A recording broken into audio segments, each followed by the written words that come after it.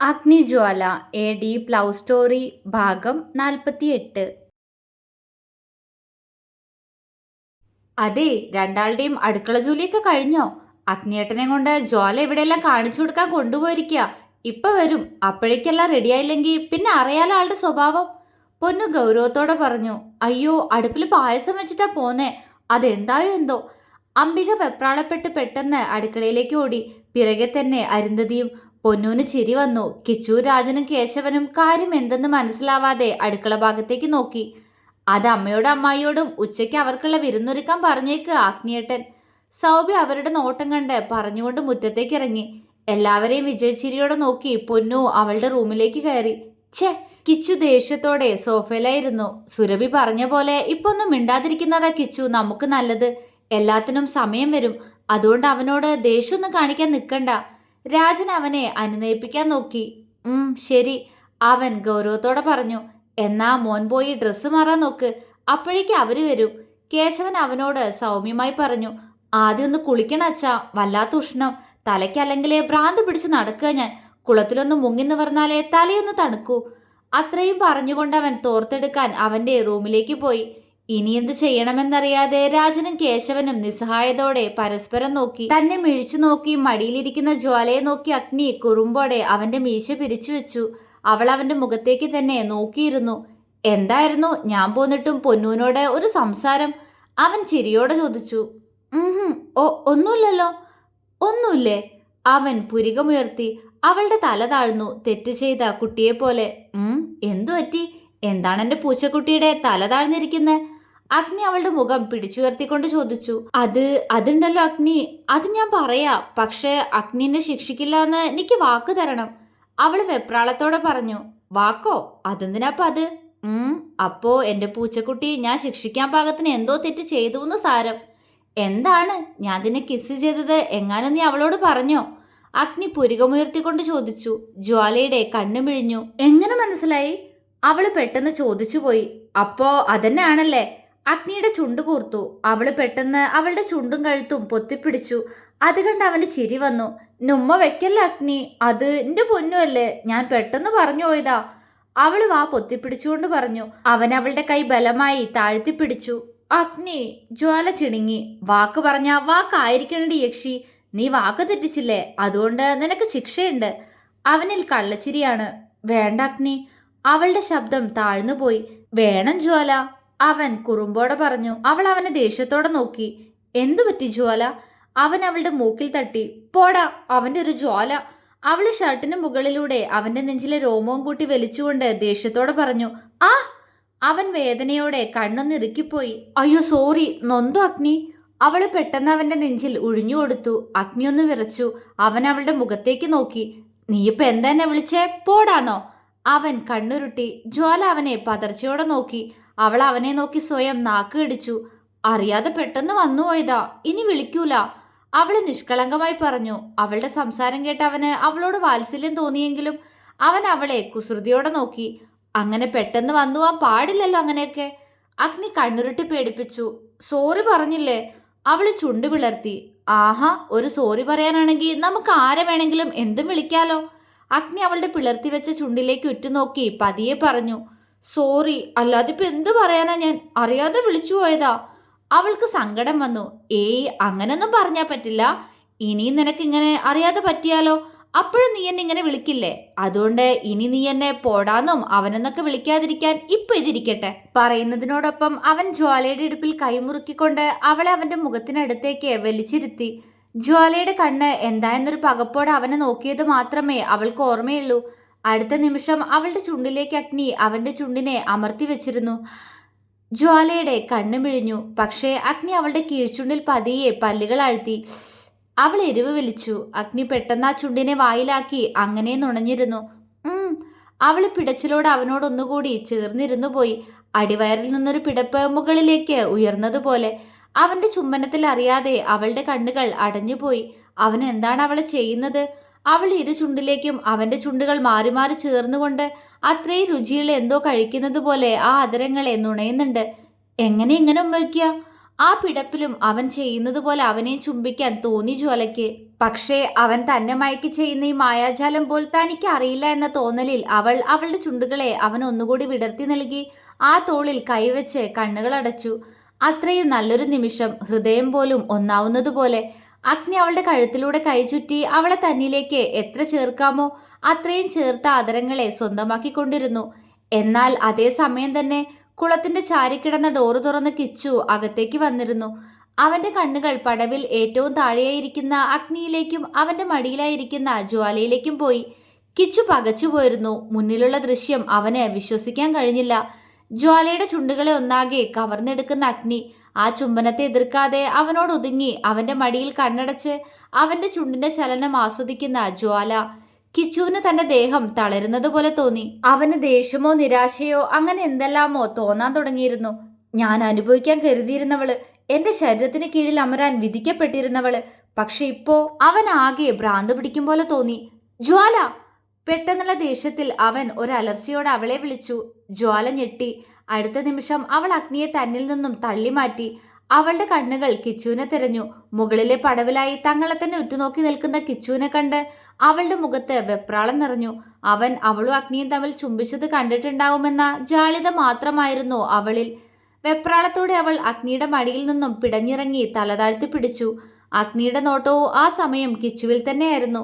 അവൻ ആ നിമിഷം അവിടെ അഗ്നിയും പ്രതീക്ഷിച്ചിരുന്നില്ലെങ്കിലും അവൻ തങ്ങളെ രണ്ടുപേരെയും ഇങ്ങനെ രീതിയിൽ കണ്ടത് അവനിൽ വിജയച്ചിരി വിടർത്തി. അവൻ പുച്ഛത്തോടെ എഴുന്നേറ്റ് നിന്ന് കിച്ചുവിനെ മൈൻഡ് ചെയ്യാതെ ജ്വാലയുടെ മുഖം പിടിച്ചുയർത്തി. അവൾ അവനെ ചുവന്ന മുഖത്തോടെ നോക്കി. അഗ്നി അവളെ പ്രണയത്തോടെ നോക്കിക്കൊണ്ട് അവന്റെ ഉമിനീർ പടർന്ന അവളുടെ ചുണ്ടിനെ അവന്റെ കൈയാൽ തുടച്ചു കൊടുത്തു. ജ്വാലയുടെ ചുണ്ടുകൾ വിറച്ചുപോയി. അതുകൂടായതും കിച്ചുവിന്റെ പല്ലുകൾ ദേഷ്യത്താൽ മുറുകാൻ തുടങ്ങിയിരുന്നു. എന്നിട്ടും അവൻ സ്വയം നിയന്ത്രിക്കാൻ ശ്രമിച്ചു. പക്ഷേ അവളുടെ വസ്ത്രത്തിലേക്ക് അവന്റെ കണ്ണുകൾ പോയതും കിച്ചു അവളെ തുറച്ചു നോക്കി. അവളുടെ മുട്ടുവരെ മാത്രം ഇറക്കമുള്ള സ്കേർട്ട് കണ്ട് അവൻ വലിഞ്ഞു മുറുകിയ മുഖത്തോടെ അവളെ നോക്കി. അവൻ തന്റെ ഡ്രസ്സ് കണ്ടാണ് തന്നെ ഇങ്ങനെ നോക്കുന്നതെന്ന് അഗ്നിയിൽ നിന്നും നോട്ടം മാറ്റി കിച്ചുവിനെ നോക്കിയ ജ്വാല പേടിയോടെ മനസ്സിലാക്കി. കിച്ചേട്ടനെ വഴക്കു അറിയോ അതോ ഇനി അടിക്കോ? ആ നിമിഷം അവൾ ചിന്തിച്ചത് അതാണ്. അപ്പോൾ തന്റെ അടുത്ത് നിൽക്കുന്നവൻ തന്നെ സംരക്ഷിക്കുമെന്നോ അവന്റെ കാര്യം മാത്രം താൻ ശ്രദ്ധിച്ചാൽ മതിയെന്നോ അവൾ ഓർത്തില്ല. കിച്ചുവിനോടുള്ള ഭയം അത്രമേൽ അവളെ വരിഞ്ഞു മുറുക്കിയിരുന്നു. അവൾ കിച്ചുവിനെ നോക്കി പേടിയോടെ കണ്ണു നിറച്ചു. എന്നാൽ ഈ നേരം അത്രയും അഗ്നിയുടെ നോട്ടം കിച്ചുവിൽ മാത്രമായിരുന്നു. തന്റെ പെണ്ണിനെ കണ്ണുകളാൽ മൊത്തം ഒഴിഞ്ഞു നോക്കി അവന്റെ കണ്ണുകൾ പറിച്ചെടുക്കാൻ അഗ്നിക്ക് തോന്നി. അവനും അവന്റെ ദേഷ്യമടക്കാൻ വല്ലാതെ കഷ്ടപ്പെടേണ്ടി വന്നു. അവൻ എന്താണ് ചെയ്യാൻ പോകുന്നതെന്നറിയാൻ തന്നെ അഗ്നി തീരുമാനിച്ചു. അവളുടെ വെളുത്ത കാലുകൾ അവനിൽ മറ്റെന്തോ വികാരമുണർത്തുന്നത് കിച്ചു അറിഞ്ഞു. എങ്കിലും തന്നെ അനുസരിക്കാതെ അവൾ ആ വേഷമിട്ടത് അവന് അംഗീകരിക്കാൻ കഴിഞ്ഞില്ല. ഡി!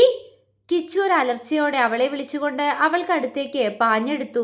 ജ്വാല അവൻ എന്താണ് ചെയ്യാൻ പോകുന്നതെന്ന് ചിന്തിക്കും മുന്നേ കിച്ചു അവളുടെ തലമുടിയിൽ അമർത്തി പിടിച്ചിരുന്നു. ആ കിച്ചേട്ടാ! ജ്വാല വേദനയോടെ അവനെ വിളിച്ചു. അവളുടെ കണ്ണുകൾ നിറഞ്ഞുപോയി. അഗ്നി ഞെട്ടി. അവനിൽ നിന്നും അങ്ങനൊരു നീക്കം അഗ്നി പ്രതീക്ഷിച്ചിരുന്നില്ല. അവന്റെ മുഖം ദേഷ്യം കൊണ്ട് ചുവന്നു. കയ്യിലെ മുഷ്ടി ചുരുണ്ടു. നിനക്ക് ഇത്രയ്ക്ക് അഹങ്കാരോ? എന്നെ ധിക്കരിച്ചുകൊണ്ട് ഇതുപോലുള്ള കോലം കെട്ടിയ ഡ്രസ്സ് ഇടാൻ നിന്നോട് ആര് പറഞ്ഞൂടി? അവൻ അവളുടെ തലമുടിയിൽ ഒന്നുകൂടി കൈയമർത്തി. അവളുടെ കണ്ണുകൾ നിറഞ്ഞൊഴുകി. എന്നാൽ അടുത്ത നിമിഷം പിന്നിൽ നിന്നും കിട്ടിയ ശക്തമായ ചവിട്ടിൽ കിച്ചു പടവിലൂടെ താഴേക്ക് തെറിച്ചു വീണിരുന്നു. ജ്വാല ഞെട്ടലോടെ വാപ്പൊത്തിപ്പിടിച്ച് തന്റെ മുന്നിൽ നിൽക്കുന്നവനെ പേടിയോടെ നോക്കി. സകലതും ചുട്ടരിക്കാൻ പാകത്തിന് കോപം നിറഞ്ഞ മുഖവുമായി അഗ്നി. പേരുപോലെ തന്നെ അവനിലെ അഗ്നിയെ അവൾ ആദ്യമായി കണ്ട നിമിഷം. അഗ്നി! അവൾ പേടിയോടെ അവനെ നോക്കി വിളിച്ചു.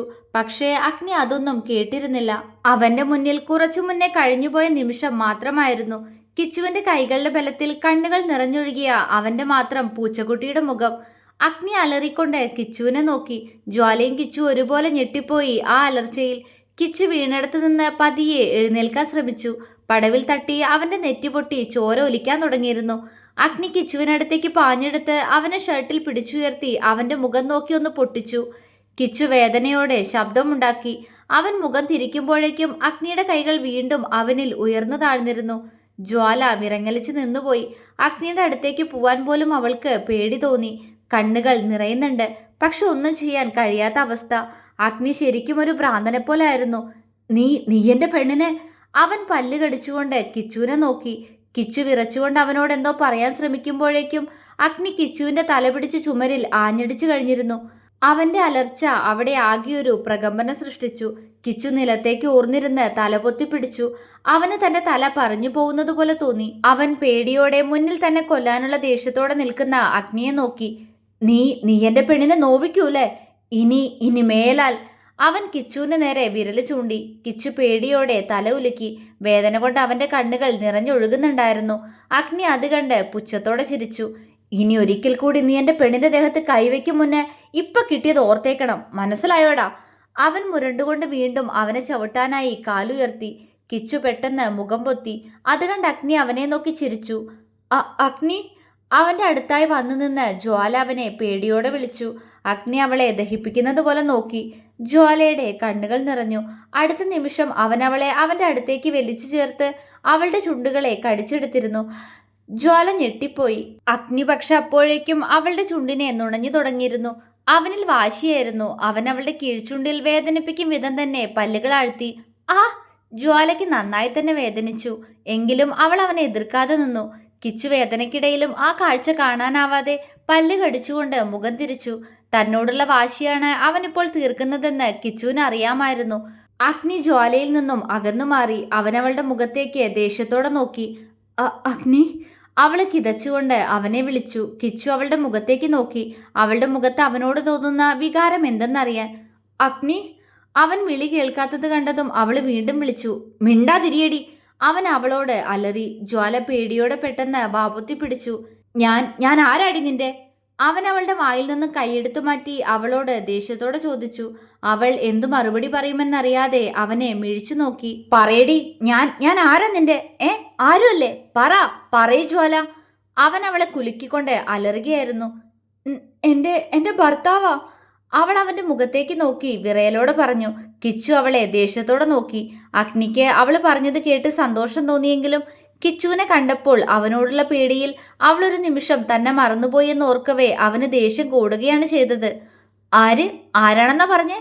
അഗ്നി വീണ്ടും ചോദിച്ചു. ഭർത്താവ്. ഇത്തവണ അവളുടെ സ്വരം ശാന്തമായിരുന്നു. ഭർത്താവ് ആണോ? ഞാൻ നിന്റെ ഭർത്താവാണോ? ആണോടി? പിന്നെ എന്തിനാ നീ ഈ പന്നയെ പേടിച്ചേ? എന്റെ മുന്നിൽ നിന്നവൻ നിന്നെ എന്തെങ്കിലും ചെയ്യുന്ന നീ എന്തുകൊണ്ടാ ചിന്തിച്ചേ? എന്നെ നീ അപ്പം മറന്നുപോയേ? അവന്റെ വേദനകളായിരുന്നു ആ വാക്കുകളിലെങ്കിലും അത് പുറത്തേക്ക് വന്നത് ദേഷ്യത്തോടെയാണ്. ജ്വാലയ്ക്ക് മറുപടി ഉണ്ടായിരുന്നില്ല. കാരണം അത് അവൾക്കും അറിയുമായിരുന്നില്ല. ഒരു നിമിഷം അരികിൽ നിൽക്കുന്നവനെ താൻ മറന്നുപോയിരുന്നുവെന്ന് അവൾക്ക് അറിയാമായിരുന്നു. അതുപക്ഷേ കിച്ചേട്ടനോടുള്ള പേടിയുണ്ടല്ലേ? അവളുടെ ഉള്ളം തേങ്ങി. അവള് ചുണ്ടു വിതുമ്പിക്കൊണ്ട് അവനെ നോക്കി. കരയരുത്. ഇനി നിന്റെ കണ്ണീരെനിക്ക് കാണണ്ട. നീ എന്നോട് മിണ്ടും വേണ്ട. എന്നെ മനസ്സിലാക്കാൻ നിനക്ക് ഒരിക്കലും കഴിയില്ലടി. ഇവനെപ്പോലുള്ള ചെറ്റകളെ മാത്രമേ നിനക്ക് പറ്റൂ. അവൻ അവളുടെ കയ്യിൽ ദേഷ്യത്തോടെ അമർത്തി പിടിച്ചു. ജ്വാലയ്ക്ക് കൈ നന്നായി വേദനിച്ചെങ്കിലും ആ നിമിഷം അവന്റെ ദേഷ്യമടക്കാൻ അവൾ അനങ്ങാതെ നിന്നുകൊടുത്തു. അഗ്നി കിച്ചുവിനെ നോക്കി. അതുവരെ ജ്വാലയെ നോക്കി ഇരിക്കുകയായിരുന്ന കിച്ചു അഗ്നിയെ പേടിയോടെ നോക്കി. ജ്വാല, ഞാൻ താലി കെട്ടിയ എന്റെ പെണ്ണാ ശരൺ. അവളെ ഞാൻ എനിക്ക് തോന്നുമ്പോൾ കിസ് ചെയ്യും. എനിക്കറിയാം അത് കണ്ടതുകൊണ്ടാ നീ പ്രശ്നം മുഴുവൻ ഉണ്ടാക്കിയെന്ന്. അവൻ പുച്ഛത്തോടെ പറഞ്ഞപ്പോൾ കിച്ചു വാക്കുകളില്ലാതെ ഇരുന്നു പോയി. ശരി, ഏതായാലും നിനക്ക് ഞങ്ങൾ ഭാര്യയും ഭർത്താവും കൂടി കിസ് ചെയ്യുന്ന കണ്ട് ചൊറിച്ചിൽ ഇളകിയതല്ലേ? അപ്പോ ഒന്നുകൂടി ഇതൊക്കെ കണ്ട് ഇളകിക്കോട്ടോ. പറഞ്ഞുകൊണ്ട് വല്ലാത്തൊരു ഭാവത്തോടെ അവൻ കിച്ചുവിനെ നോക്കുമ്പോൾ തളർച്ചയോടെ അവൻ അഗ്നിയെ നോക്കുന്നുണ്ട്. അഗ്നി എന്നാൽ ജ്വാലയെ പെട്ടെന്ന് ഇടുപ്പോടെ ചുറ്റിപ്പിടിച്ചു. പകപ്പോടെ ഇനിയും എന്താണെന്ന പോലെ ജ്വാല അവനെ നോക്കുമ്പോഴേക്കും അവൻ അവളുടെ ചുണ്ടിലേക്ക് പിന്നെയും ചുണ്ടുകൾ അമർത്തി വെച്ച് കഴിഞ്ഞിരുന്നു. ജ്വാല വിറച്ചുപോയി. കിച്ചു ഇരുവരെയും പകച്ചു നോക്കി. പക്ഷെ അഗ്നിക്ക് അപ്പോൾ ആകെ ഭ്രാന്ത് പിടിച്ചൊരവസ്ഥയായിരുന്നു. ജ്വാലയുടെ ചുണ്ടുകളെ നേരത്തെ പോലെ പതിയല്ല വന്യമായി ചുംബിക്കുന്നവൻ. ജ്വാലയുടെ കൈകൾ അവന്റെ തോളിൽ മുറുകി. കിച്ചു ഇവന് ഭ്രാന്താണോ എന്ന് പോലും ചിന്തിച്ചുപോയി. തുടരും.